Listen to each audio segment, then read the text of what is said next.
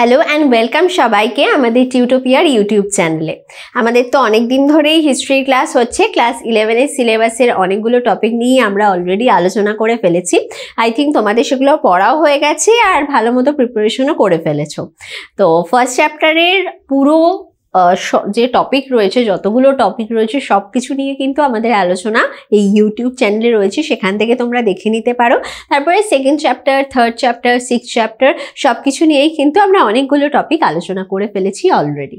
তো আজকে এই ক্লাসে আমি আরেকটা নতুন টপিক নিয়ে আলোচনা করব, সেটা হচ্ছে 7 চ্যাপ্টারের। তো সেই 7 চ্যাপ্টার যেখানের মূল বিষয়বস্তু হচ্ছে ধর্ম। চ্যাপ্টারটা অনেকটাই বড়, অনেক কিছু আলোচনার বিষয়বস্তু রয়েছে, কিন্তু তার মধ্যে একটা ছোট্ট পার্ট আমরা আজকে ডিসকাস করব। সেটা হচ্ছে ভারতবর্ষে ধর্ম আর রাষ্ট্র এই দুটো কিভাবে সংযুক্তিকরণ ঘটেছিল বা একটা বিষয় আরেকটা বিষয়কে কিভাবে প্রভাবিত করেছিল। তো এই যে ধর্ম কথাটা ব্যবহার করা হচ্ছে বা ধর্ম, আমরা এই ওয়ার্ডটার সাথে সবাই পরিচিত, আমরা জানি।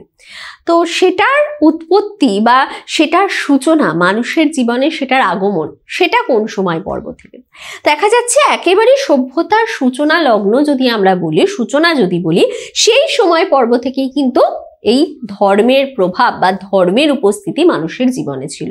কারণ মানুষ তখন বন জঙ্গলে বাস করছে বা স্থায়ী বসতি গড়ে তুলতে পারেনি। স্থায়ী বসতি গড়ে তুললেও সেই সময় বিভিন্ন যে প্রাকৃতিক দুর্যোগ হচ্ছে, যে বিপর্যয়গুলো হচ্ছে, মানুষ সেটা থেকে একটু ভয় পাচ্ছে এবং তাদের মনে হচ্ছে যে প্রকৃতিতে এমন একটা শক্তি রয়েছে, একটা পাওয়ার রয়েছে যে কিন্তু এই বিষয়গুলোকে কন্ট্রোল করছে। যদি তার উপাসনা করা হয়, তার যদি পূজা করা হয়, তাহলে কিন্তু এই দুর্যোগ, বিপর্যয় বা যে সমস্যাগুলো ফেস করছে মানুষ, সেগুলো থেকে রেহাই পাবে।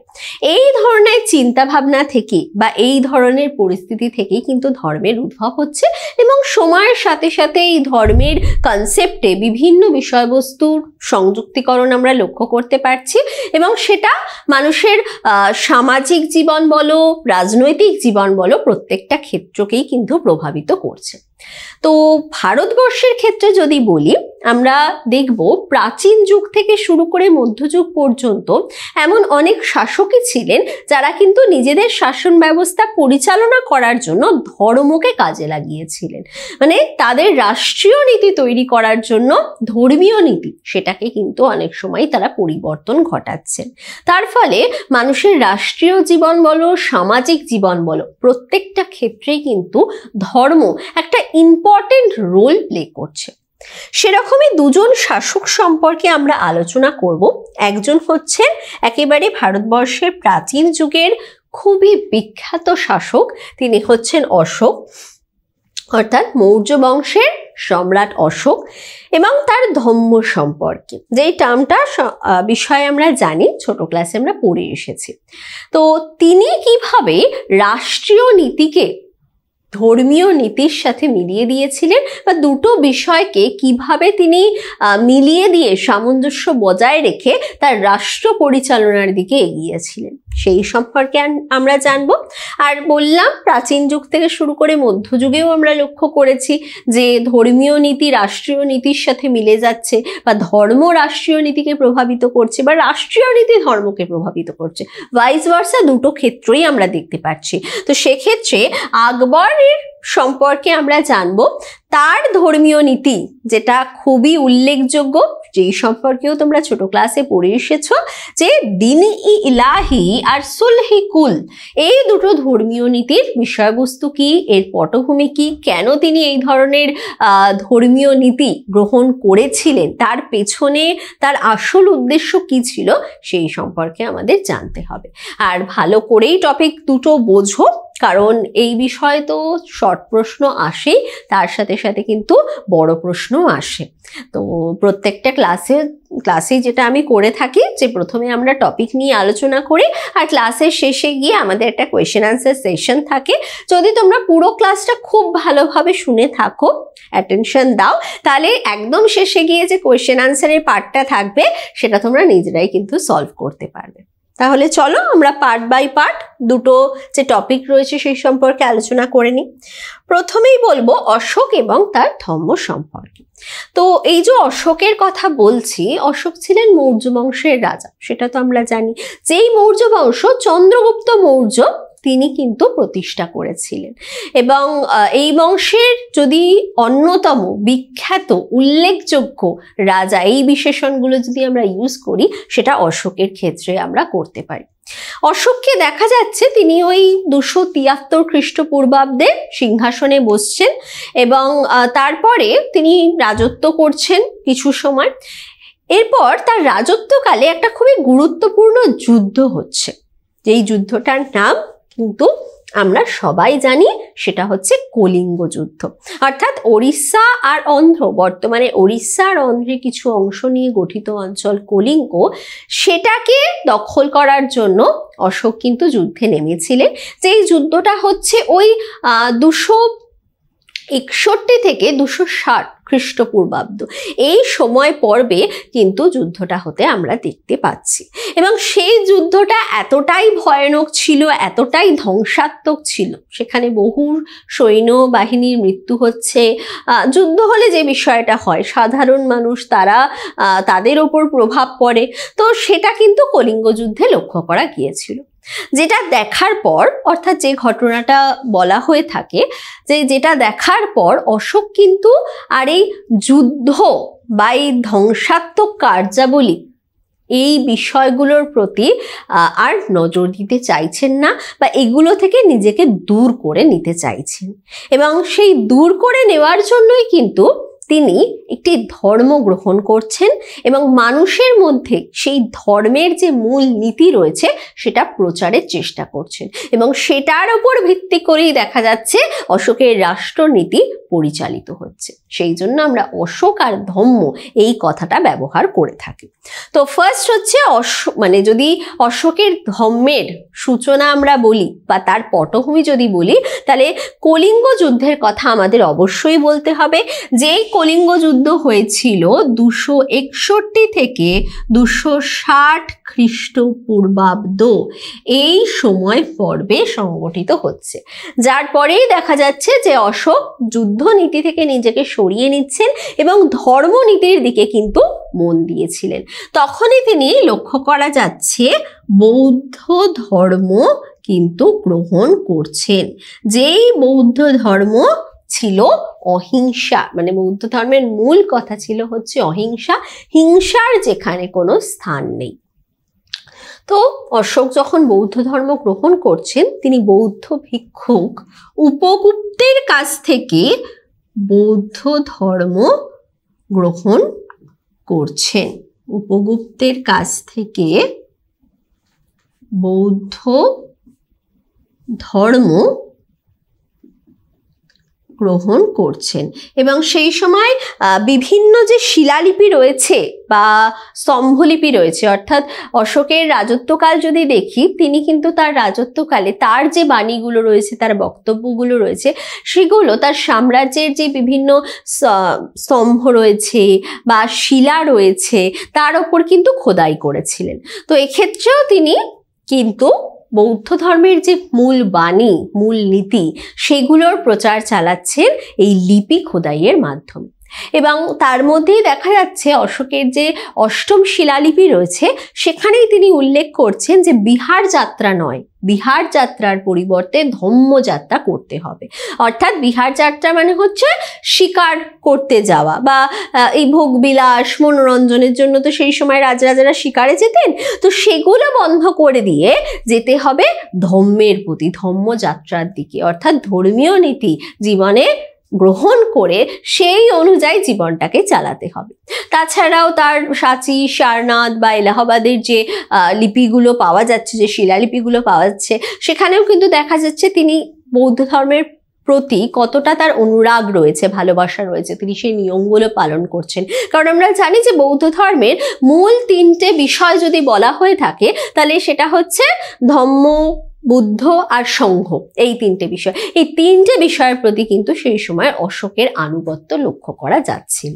অর্থাৎ উপগুপ্তের কাছ থেকে তিনি বৌদ্ধ ধর্ম গ্রহণ করছেন, এবং বৌদ্ধ ধর্মের প্রতি তার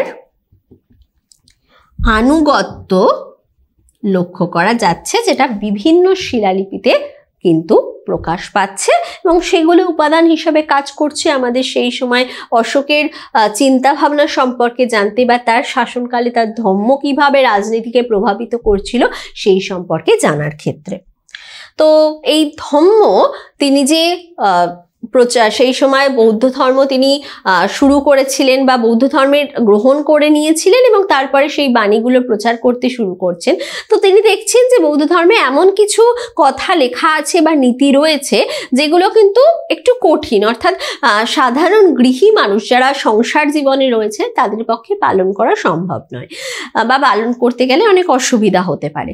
তো তার জন্য তিনি সেই বাণীগুলোর উপর ভিত্তি করে বা বৌদ্ধ ধর্মের সেই নীতিগুলোর উপর ভিত্তি করে একটা নির্দিষ্ট ধর্ম বা মতাদর্শ ক্রিয়েট করছেন, যেটাকে আমরা নাম দিচ্ছি ধম্ম।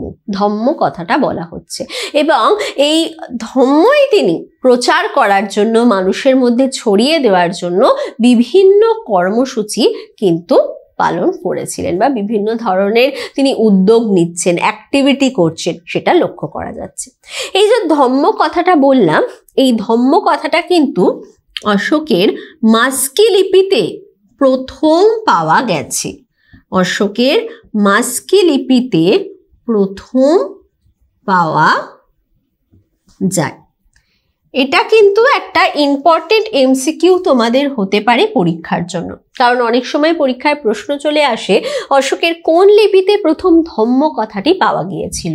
তো মনে রাখবে মাস্কি লিপিতে প্রথম এই ধম্ম কথাটা কিন্তু পাওয়া যাচ্ছে। তো অশোক এইভাবেই বৌদ্ধ ধর্মের নীতিগুলোর ওপর ভিত্তি করে একটা আলাদা ধর্মীয় মতাদর্শ তৈরি করছেন, ধর্মীয় বাণী তৈরি করছেন, যেটা তিনি তার সাম্রাজ্যের মানুষের মধ্যে, শুধুমাত্র সাম্রাজ্যের মানুষ নয়, সাম্রাজ্য থেকে বেরিয়ে গিয়ে বাইরেও তিনি কিন্তু প্রচার চালাচ্ছেন এবং মানুষের মধ্যে যাতে ঐক্য আর সংহতি বজায় থাকে, মানুষ যাতে একটা নৈতিক জীবনযাপন করতে পারে, সেই চেষ্টাই কিন্তু তিনি করছেন। আর এই ধম্ম পালনের জন্য কি কি নীতি গ্রহণ করতে হবে বা কোন পথে চলা উচিত, সেই সমস্ত বিষয় কিন্তু আমরা লক্ষ্য করতে পারছি অশোকের তৃতীয় শিলালিপি তাতে কিন্তু রয়েছে।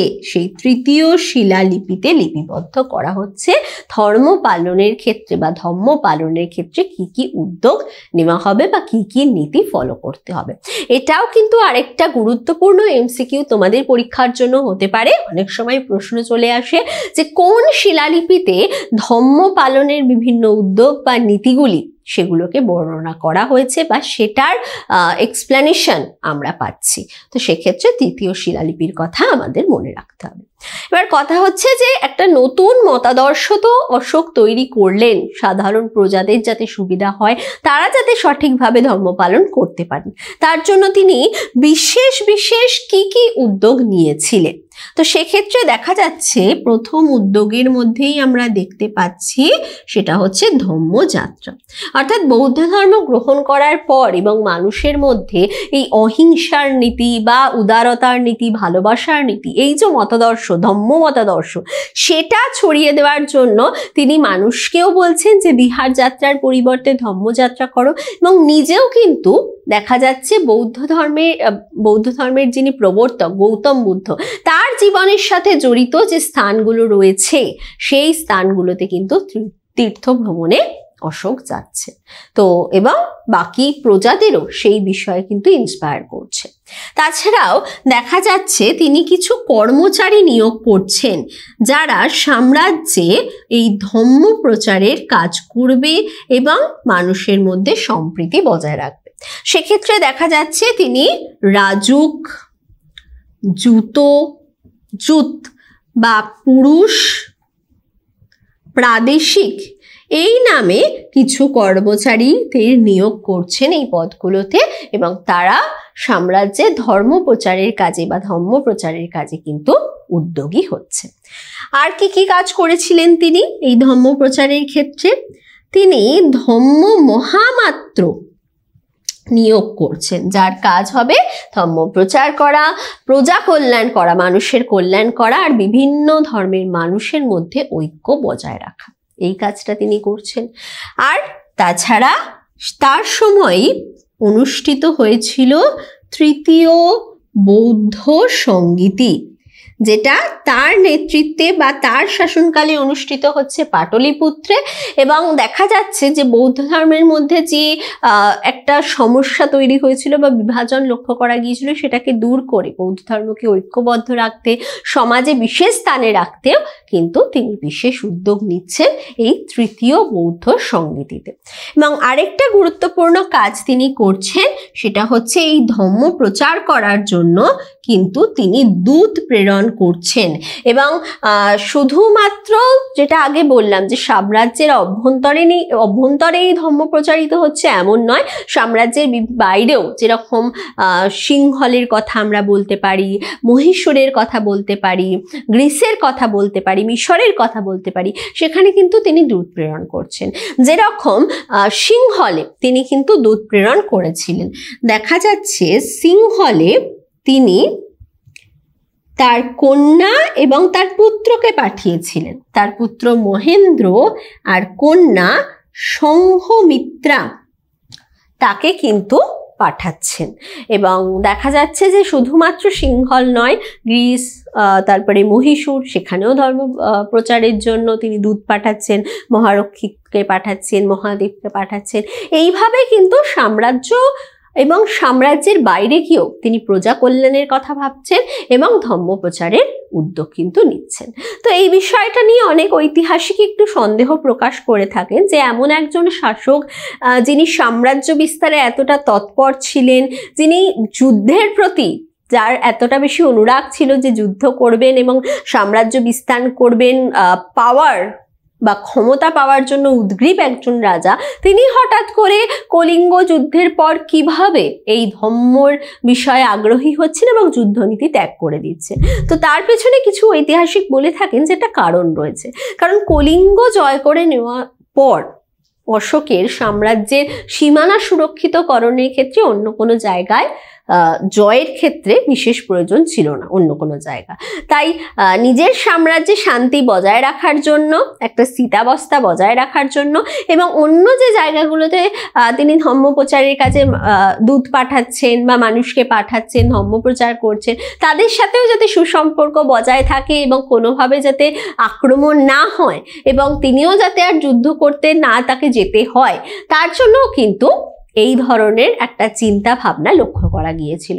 অর্থাৎ রাষ্ট্র পরিচালনার ক্ষেত্রে বা রাষ্ট্রীয় নীতি নির্ধারণের ক্ষেত্রে এক্ষেত্রে তিনি কিন্তু ধর্মকে কাজে লাগিয়েছিলেন এবং নিজস্ব একটা মতাদর্শ ক্রিয়েট করে, যেটা বৌদ্ধ ধর্মের উপর ভিত্তি করেই গড়ে উঠেছিল, যেটাকে আমরা ধর্ম বলছি, সেটাকে কিন্তু কাজে লাগিয়েছিলেন।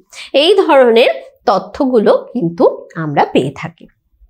তাহলে শুধুমাত্র ধর্ম প্রচারের কাজেই তিনি বিশেষ কৃতিত্ব লাভ করছেন এবং তার জন্য হিস্ট্রিতে তার বিশেষ নাম হয়ে আছে সেটা কিন্তু নয়, তার সাথে সাথে বিভিন্ন জনকল্যাণমূলক কর্মসূচিও তিনি করছেন। অর্থাৎ এক হচ্ছে মানুষের এই ধর্ম প্রচারের মাধ্যমে তিনি মানুষের ইহলৌকিক আর পরলৌকিক জীবনকে প্রভাবিত করছেন, জীবনকে প্রভাবিতকরণ এই কাজ করছেন। তাছাড়াও আর কি কাজ করছেন, তিনি সাম্রাজ্যের বিভিন্ন স্থানে বৃক্ষরোপণ করছেন, তারপরে বিশ্রামাগার স্থাপন করছেন, পশু চিকিৎসালয় তৈরি করছেন, কূপ খনন করছেন, পানীয় জলের কূপ খনন করছেন, রাস্তাঘাট নির্মাণ করছেন। এই ধরনের বিভিন্ন কার্যাবলী কিন্তু তাকে করতে দেখা যাচ্ছে এবং ধর্মীয় ক্ষেত্রে বা ধর্ম প্রচারের ক্ষেত্রে তো বিশেষ উদ্যোগ তাকে নিতে দেখাই যাচ্ছে। ঠিক আছে, তাহলে অশোকের ধর্ম প্রচার এবং সেটা কিভাবে রাষ্ট্রনীতিকে প্রভাবিত করেছিল বা রাষ্ট্রনীতি পরিচালনা করার ক্ষেত্রে তিনি কিভাবে ধর্মকে কাজে লাগিয়েছিলেন, সেই বিষয়টা আই থিঙ্ক তোমাদের কাছে ক্লিয়ার হয়েছে।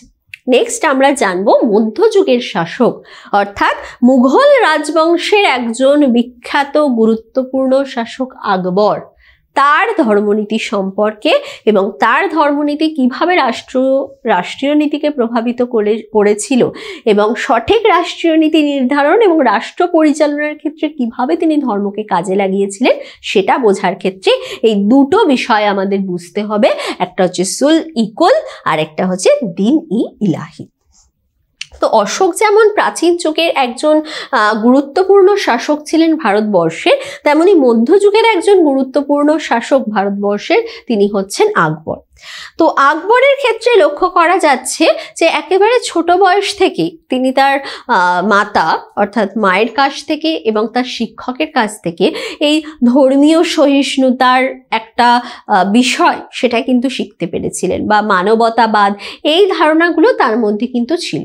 আর সেই সময় যেহেতু ধর্মীয় ক্ষেত্রে ভক্তিবাদ আর সুফিবাদের উদ্ভব হয়েছিল, সেটার দ্বারাও কিন্তু আকবর প্রভাবিত হয়েছিলেন এবং সেটা থেকেই দেখা যাচ্ছে সাম্রাজ্যকে পরিচালনা করার জন্য, সুন্দরভাবে এগিয়ে নিয়ে যাওয়ার জন্য তিনি কিন্তু দুটো বিষয়ের উপর জোর দিচ্ছেন। একটা হচ্ছে সুল-ই-কুল নীতি এই বিষয়টা, আর আরেকটা হচ্ছে দিন-ই-ইলাহি, যেই দুটো সম্পর্কে আমরা আলোচনা করব। তো দেখা যাচ্ছে যে সুল-ই-কুল বা যেটাকে আমরা বলছি ধর্ম সহিষ্ণুতার নীতি বা ধর্ম সহিষ্ণু নীতি, অর্থাৎ অন্যের ধর্মের প্রতি ও কিন্তু সমান মর্যাদা সম্মান এগুলো রাখতে হবে। তো দেখা যাচ্ছে যে আকবর যখন শাসনকালে মানে শাসনকার্যে বসছেন বা শাসনকার্যে আসছেন, সিংহাসন আরোহণ করছেন ওই 1556 খ্রিস্টাব্দে, তখন কিন্তু তার আগের মুহূর্ত পর্যন্ত একটা অরাজক পরিস্থিতি সাম্রাজ্যে বজায় ছিল। তো সেই অরাজক পরিস্থিতিটাকে নিরসনের জন্য, সেটার অবসান ঘটানোর জন্য তিনি দেখলেন যে তাকে কিছু স্টেপস নিতে হবে। এবং যেহেতু ভারতবর্ষ যেখানে হিন্দু ধর্মের গরিষ্ঠতা অনেকটা বেশি, তো সেখানে যদি শুধুমাত্র তিনি মুসলিম ধর্মাবলম্বীদের সাপোর্ট করেন বা তাদের ধর্মীয় নীতিগুলোকে ফলো করেন, তাহলে এত বৃহৎ যে জনসংখ্যা যেখানে হিন্দু গরিষ্ঠতা রয়েছে তার সাপোর্ট কিন্তু তিনি পাবেন না। তো সেখান থেকেই দেখা যাচ্ছে সেই অরাজক পরিস্থিতি নিরসনের জন্য এবং মানুষের মধ্যে ঐক্য আর সম্প্রীতি বাড়ানোর জন্য, উদারতা বাড়ানোর জন্য কিন্তু এই সুল-ই-কুল বা ধর্ম সহিষ্ণু নীতি সেটার প্রবর্তনের পর্যায় শুরু হচ্ছে। এর নির্দিষ্ট কিছু উদ্দেশ্য ছিল, কিছু মাথায় লক্ষ্য নিয়ে কিন্তু আকবর এই সুল-ই-কুল বা ধর্ম সহিষ্ণুতার নীতির প্রবর্তন করেছিলেন। কি কি উদ্দেশ্য ছিল?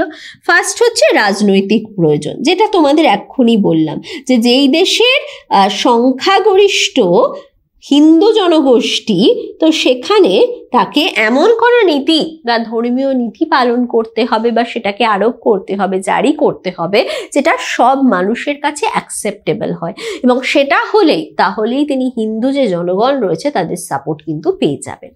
নেক্সট আরেকটা বিষয়, সেটা হচ্ছে তিনি রাজপুতদের সাথে মিত্রতা চেয়েছিলেন। রাজপুতদের সাথে মিত্রতা, কারণ সেই সময় ভারতবর্ষের ক্ষেত্রে যদি যোদ্ধা জাতি, খুবই দক্ষ যোদ্ধা জাতি বলি, তাহলে সেটা হচ্ছে রাজপুতরা ছিল। তো তিনি দেখেছিলেন যে এই গোষ্ঠীর যদি আমি সাপোর্ট পাই, সহায়তা পাই, সাহায্য পাই, তাহলে এই ভারতবর্ষে আমার শাসন কার্যকে টিকিয়ে রাখতে আর খুবই দৃঢ়ভাবে প্রতিষ্ঠা করতে আমার কোনো অসুবিধা হবে না। তো সেই জন্য রাজপুতদের সাথে মিত্রতা করার জন্য তিনি এরকম একটা নীতি গ্রহণ করেছিলেন। এবং শুধুমাত্র রাজনৈতিক প্রয়োজন তো ছিলই, তার সাথে সাথে তিনি রাজপুতদের সাথেও মিত্রতা করতে চেয়েছিলেন। আর কি করতে চেয়েছিলেন? হিন্দু কর্মচারীদের নিয়োগ করতে চেয়েছিলেন, কারণ সেটা যদি হয় তাহলেই কিন্তু তিনি খুব সফলভাবে কোনো সমস্যা ছাড়া ভারতবর্ষে দীর্ঘকালের জন্য রাজত্ব করতে পারবেন। তো এই তিনটে উদ্দেশ্য তার মাথায় ছিল, তার জন্য তিনি এই একটা নীতি গ্রহণ করেছিলেন, যেটা প্রত্যেকটা ধর্মের মানুষকে ঐক্যবদ্ধ রাখতে, সম্রাটকে কাছাকাছি এনে দিতে, বা বাদশাহ যিনি ছিলেন আকবর তার কাছাকাছি এনে দিতে কিন্তু অনেক হেল্প করবে। এবং দেখা যাচ্ছে যে এই সুল-ই-কুল বা ধর্ম সহিষ্ণু নীতি কিন্তু প্রবর্তিত হচ্ছে, যেটা অনেক হেল্প করেছিল আকবরকে রাষ্ট্র পরিচালনার ক্ষেত্রে।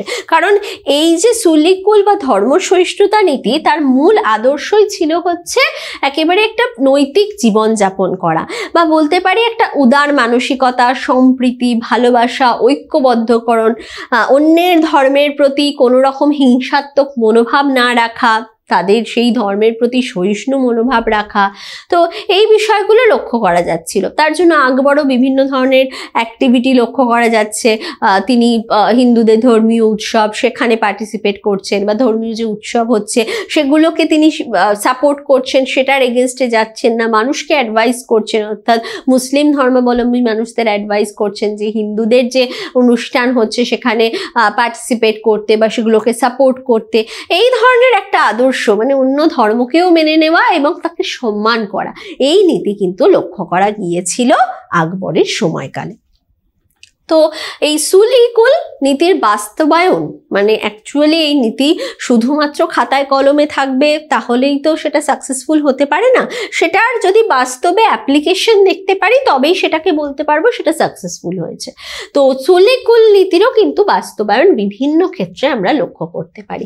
যেরকম আকবর কি করছেন, এই সুল-ই-কুল নীতির মাধ্যমেই তিনি জিজিয়া কর, যেটা হিন্দুদের শুধুমাত্র দিতে হতো, সেই জিজিয়া করের কিন্তু বিলোপ ঘটিয়ে দিচ্ছেন।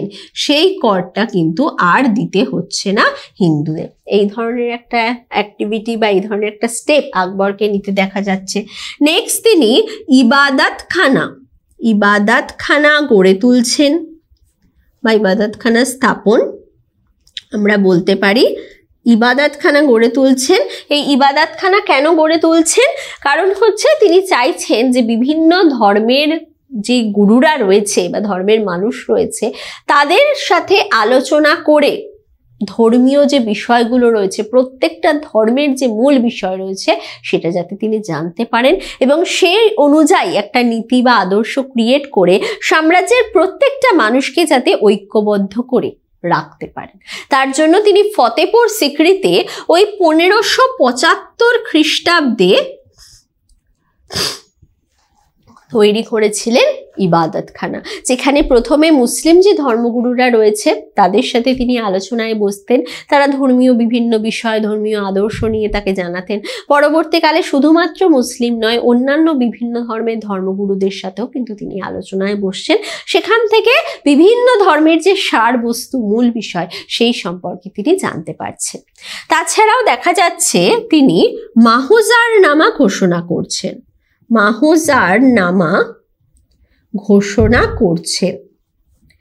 এই ঘোষণা তিনি করছেন ওই 1579 খ্রিস্টাব্দে, যেখানে তিনি বলছেন যে ফতেপুর সিক্রিতেই যে মসজিদ রয়েছে সেখানে ইমামকে তিনি সরিয়ে দিচ্ছেন এবং বলছেন যে এই ধর্মীয় বিষয়ে যা কিছু ডিসিশন নিতে হবে সব কিছু এখন থেকে আকবর নিজেই নেবেন, অর্থাৎ বাদশাহ তিনি নিজেই নেবেন। কোরআনের যদি ব্যাখ্যাকর্তা কেউ হয়ে থাকে তিনি একমাত্র বাদশাহ হবেন, অর্থাৎ আকবর হবেন। এই জন্য দেখা যাচ্ছে যে বিভিন্ন ক্ষেত্রে, ধর্মীয় ক্ষেত্রে নিজের কর্তৃত্ব তিনি প্রতিষ্ঠা করছেন। যে খুতবা পাঠ করা হতো সেই খুতবা পাঠও আকবরের নামে করা হচ্ছে। তো পুরো ধর্মীয় বিষয়টাকে তিনি নিজের কন্ট্রোলে নিয়ে নিচ্ছেন এবং সেটাতে নিজের কর্তৃত্ব স্থাপন করার পরে লক্ষ্য করা যাচ্ছে যে সম্পূর্ণভাবে সাম্রাজ্যের প্রত্যেকটা মানুষ যাতে সমান অধিকার পায়, কোনো রকম ডিসক্রিমিনেশন যাতে কারোর সাথে না করা হয়, সেই বিষয়টার প্রতি কিন্তু তিনি নজর রাখছেন। এইভাবে আমরা সুল-ই-কুল নীতির বাস্তবায়ন লক্ষ্য করতে পারছি, জিজিয়া কর বিলোপের মাধ্যমে, ইবাদতখানা স্থাপনের মাধ্যমে আর মাহুজারনামা ঘোষণার মাধ্যমে। ওকে, তাহলে এই তিনটে বিষয়ের মাধ্যমে সুল-ই-কুল নীতির বাস্তবায়ন কিভাবে হয়েছিল সেটা আমরা বুঝতে পারলাম। নেক্সট আমরা বুঝবো দিন-ই-ইলাহি প্রবর্তন সম্পর্কে। তো এই দিন-ই-ইলাহি দেখা যাচ্ছে আকবর প্রবর্তন করছেন। এটা মূলত যদি বলি একটা একেশ্বরবাদী ধারণা, একেশ্বরবাদী ধারণা, অর্থাৎ এই যে ইবাদতখানায় তিনি বিভিন্ন ধর্মের ধর্মগুরুদের সাথে আলোচনায় বসে ধর্মের যে মূল সারবস্তু সেটা সম্পর্কে জানছিলেন, সেটাকে গ্রহণ করছিলেন, সেটার উপর ভিত্তি করে তিনি একটা নতুন মতাদর্শ সেটার কিন্তু উদ্ভাবন করেছিলেন বা প্রবর্তন করেছিলেন, যেটাকেই আমরা দ্বীন-ই-ইলাহি বলে থাকি, যেটার প্রবর্তন লক্ষ্য করা যাচ্ছে 1582 খ্রিস্টাব্দে। এটাও কিন্তু একটা ইম্পর্টেন্ট প্রশ্ন তোমাদের এমসিকিউ এর জন্য। অনেক সময় পরীক্ষায় প্রশ্ন চলে আসে দ্বীন-ই-ইলাহি কত সালে প্রবর্তিত হয়েছিল, তখন বলতে হবে 1582 খ্রিস্টাব্দে। তো এটা মনে রেখো। তো এই যে দ্বীন-ই-ইলাহি এর মূল আদর্শই ছিল একেশ্বরবাদী একটা ধারণা, বা বিভিন্ন যে ধর্ম সম্পর্কে তিনি জেনেছেন সেই ধর্মের সারবস্তুর ওপর নির্ভর করে, বা সেই ধর্মের সারবস্তু যে রয়েছে, মূল বিষয় যে রয়েছে সেটার উপর ভিত্তি করে একটা ধর্ম আদর্শ সেটাকে কিন্তু গড়ে তোলা।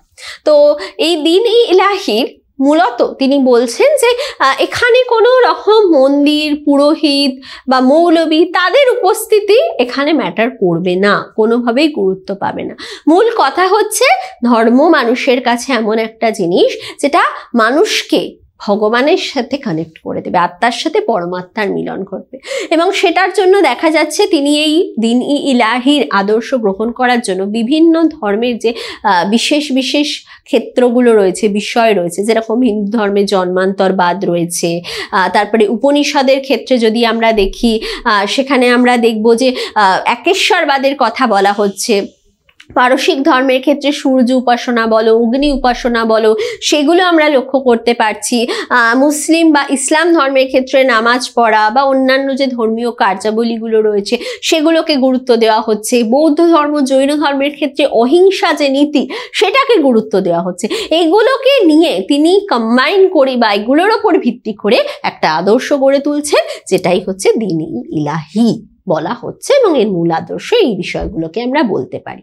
এবং যেখানে তিনি বলছেন যে এই দ্বীন-ই-ইলাহির আদর্শ যারা গ্রহণ করবেন তাদেরকে সম্রাটের কাছে কিছু বিষয় সেটা সমর্পণ করে দিতে হবে।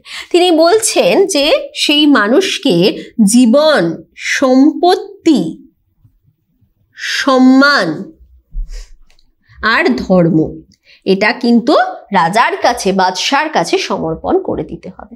তো এই অনুযায়ী দেখা যাচ্ছে কিছু মানুষ দ্বীন-ই-ইলাহির আদর্শ গ্রহণ করছেন। ইসলাম গোষ্ঠীর মধ্যেও কিছু মানুষদের দেখা যাচ্ছে, এবং হিন্দুদের মধ্যে বীরবল এই আদর্শ কিন্তু গ্রহণ করেছিলেন। তো এই যে দ্বীন-ই-ইলাহির আদর্শের কথা বললাম, এর প্রকৃতি নিয়ে একটা বিতর্ক বা একটা মতভেদ লক্ষ্য করা যায়। কেউ কেউ বলে থাকেন যে এই যে দ্বীন-ই-ইলাহির আদর্শ, সেক্ষেত্রে দুটো মত আমরা পাই। প্রথম মতের ক্ষেত্রে বলা হয়ে থাকে যে দ্বীন-ই-ইলাহির আদর্শ এটা কি, এটা হচ্ছে একটা নতুন ধর্মমত যেটা আকবর প্রবর্তন করেছিলেন। কিন্তু অনেকে বলে থাকেন যে না, এটা নতুন কোনো ধর্মমত নয়, বিভিন্ন যে ধর্ম রয়েছে তার সারবস্তু বা মূল বিষয়কে কম্বাইন করে একটা নতুন আদর্শ গড়ে তোলা রয়েছে। তো সেই জন্য এটাকে বলা হয়ে থাকে নৈতিক জীবনবাদ। তো এই চরিত্রের ক্ষেত্রে বা প্রকৃতির ক্ষেত্রে এই দুটো ভার্সন বা এই দুটো মতামত আমরা কিন্তু লক্ষ্য করতে পারি। নেক্সট হচ্ছে আকবরের এই যে ধর্মীয় নীতির কথা বললাম, সেটা সুলিকুল বলো বা দ্বীন-ই-ইলাহি বলো, সেটার মূল্যায়ন যদি করি তাহলে আমরা কি পাবো? প্রথমত তার এই যে নীতি প্রবর্তন সেটা কিন্তু তাকে সাহায্য করেছিল সংহতি স্থাপনের ক্ষেত্রে, অর্থাৎ সাম্রাজ্যের যত মানুষ বসবাস করছে সেখানে সংহতি স্থাপনের ক্ষেত্রে বা ঐক্যবদ্ধকরণ, তাদের ঐক্য বজায় রাখার ক্ষেত্রে কিন্তু সহায়তা অবশ্যই করেছিল। দ্বীন-ই-ইলাহির কথা, সুলহিকুল নীতির বাস্তবায়ন তিনি তো করেই ছিলেন, কিন্তু দ্বীন-ই-ইলাহির যদি বাস্তবায়নের কথা বলি বা দ্বীন-ই-ইলাহির ক্ষেত্রে কতটা সাফল্য এসেছিল, তো সেক্ষেত্রে আমরা বলতে পারি যে দ্বীন-ই-ইলাহির আদর্শ সেটা কিন্তু বিশেষভাবে সফলতা পায়নি, ব্যর্থতা লক্ষ্য করা যাচ্ছে। কারণ অনেক মানুষ এই দ্বীন-ই-ইলাহির আদর্শ গ্রহণ করছে এমন নয়, বীরবল গ্রহণ করছেন, তার সাথে সাথে ইসলাম গোষ্ঠীর আমরা 18 জনকে দেখতে পাচ্ছি তারা দ্বীন-ই-ইলাহির আদর্শ গ্রহণ করছে।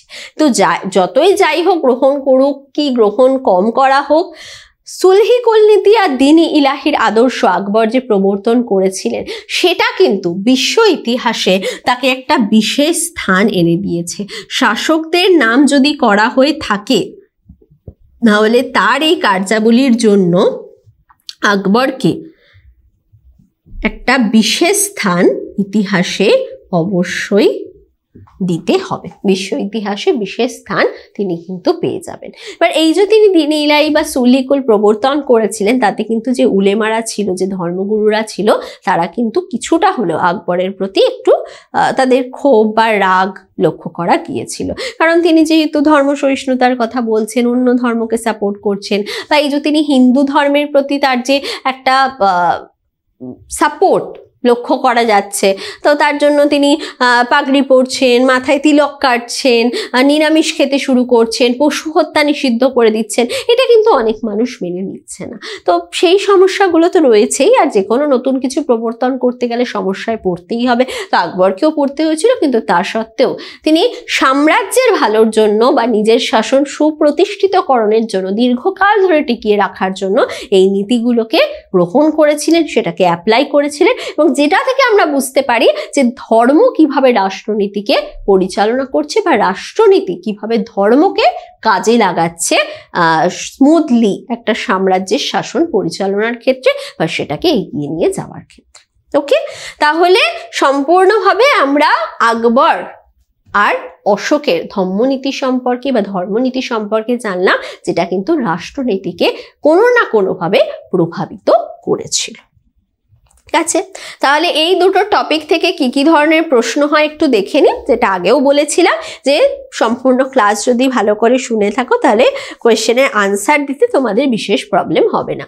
দেখো কি প্রশ্ন রয়েছে, ধর্ম পালনের জন্য অশোক যেসব নিয়মবিধি উল্লেখ করেছেন তা কোন শিলালেখের অন্তর্ভুক্ত? এখানে আগেই বলেছিলাম তৃতীয় যে শিলালেখ রয়েছে তার অন্তর্ভুক্ত। নেক্সট রয়েছে অশোক নিম্নলিখিত কোন লিপিতে সর্বপ্রথম ধম্ম কথাটা ব্যবহার করেছিলেন? মাস্কি লিপিতে।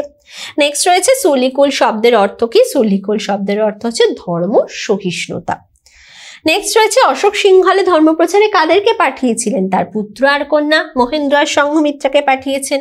দ্বীন-ই ইলাহি কত সালে প্রবর্তিত হয়? অলরেডি আমরা জানি 1582 খ্রিস্টাব্দে প্রবর্তিত হয়েছিল।